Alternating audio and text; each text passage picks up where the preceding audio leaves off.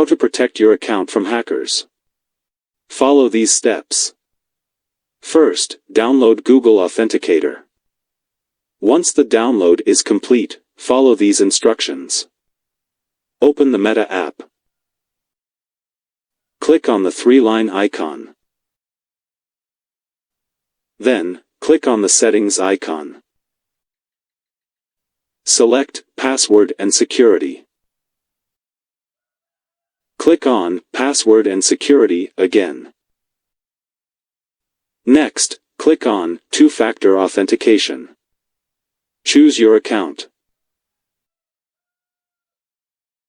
You'll see three options. Simply select Authentication app.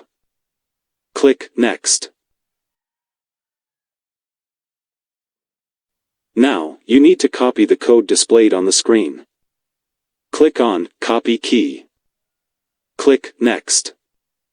Moving forward, you'll need a code from the Authenticator app. Here's how to set it up. Open the Authenticator app. Tap the plus icon. Choose Enter Setup Key.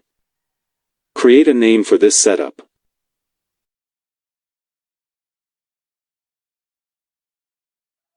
Paste the key from Meta.